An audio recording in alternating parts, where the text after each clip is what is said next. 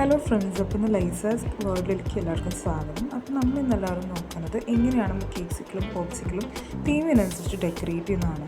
So ഈ കേക്ക്സിക്കിളും പോപ്സിക്കിളും നമ്മുടെ cake already ഒരു പ്ലെയിൻ തീമാണ്. അപ്പോൾ നമ്മൾ മുമ്പ് ഒരു വീഡിയോ അപ്ലോഡ് ചെയ്തിട്ടുണ്ട് കേക്കിൻ്റെ നമ്മൾ എങ്ങനെയാണ് ചെയ്തതെന്ന്. സോ അതേ തീമിനനുസരിച്ചാണ് കേക്ക്സിക്കിളും പോപ്സിയും ചെയ്യുന്നത്. എന്നിട്ട് നമ്മൾ ഇതുപോലെ ഒരു ഗോൾഡൻ ഡസ്റ്റ് കൊണ്ട് നമ്മൾ ഡസ്റ്റ് ചെയ്ത് കൊടുക്കുന്നുണ്ട്. ഈ ഗോൾഡൻ ഡസ്റ്റ് എന്ന് പറയുന്നത് എഡിബിളാണ്, നമുക്ക് എല്ലാ കേക്ക് ഷോപ്സിലും അവൈലബിളാണ്. പിന്നെ ഈ ടൂത്ത് പിക്ക് കൊണ്ട് നമ്മളിങ്ങനെ എടുത്തിട്ട് നമ്മൾ ജസ്റ്റ് ഈ ബ്രഷ് കൊണ്ട് ഇങ്ങനെ ഡസ്റ്റ് ഔട്ട് ചെയ്തിട്ട് ചെയ്യണം.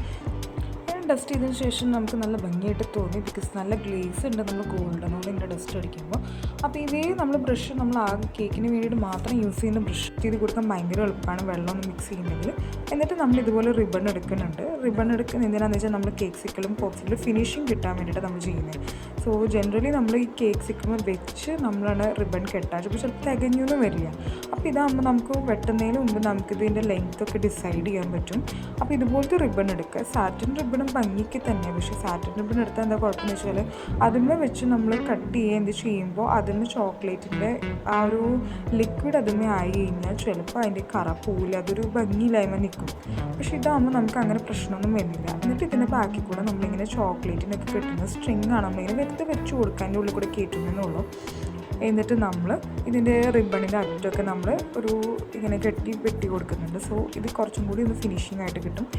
ഇങ്ങനെ നമ്മൾ കണ്ടോ, ഇതിപ്പോൾ നല്ല ഭംഗിയുണ്ടല്ലേ കാണാൻ. ഞാൻ ഒന്നുകൂടി കാണിച്ചിട്ടേക്കാണ്. അപ്പോൾ ഇതുപോലെ നമ്മൾ ഒരുപാട് നമ്മൾ ഉണ്ടാക്കി വെക്കിയിട്ടുണ്ട്. കേക്ക്സിക്കിളും പോപ്സിക്കിളിൻ്റെ എണ്ണത്തിനനുസരിച്ച് നമ്മളാണ് ഇതുപോലെ എടുക്കുന്നത്.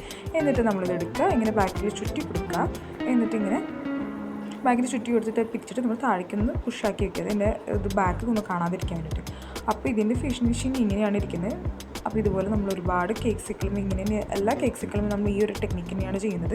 ഈ ടെക്നിക്ക് എനിക്ക് ഭയങ്കര ഹെൽപ്ഫുള്ളായിട്ട് തോന്നി. കാരണം വെച്ചാൽ ഇത് റിബൺ കെട്ടാന്ന് വെച്ചാൽ ഇതുമ്പോൾ ഭയങ്കര പാടാണ്. ചിലപ്പോൾ കേക്ക്സിക്കിൾ വെയിറ്റ് കൊണ്ടൊക്കെ താഴെ വീണ് പോയി കഴിഞ്ഞാൽ കുറച്ച് ബുദ്ധിമുട്ടാവും.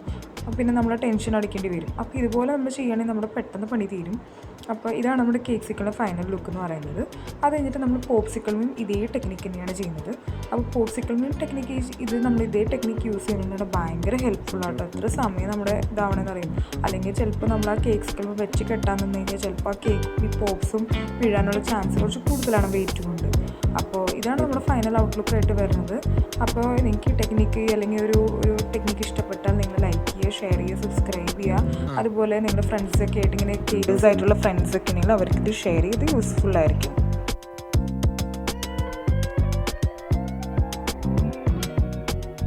Thanks for watching. Take care. Bye.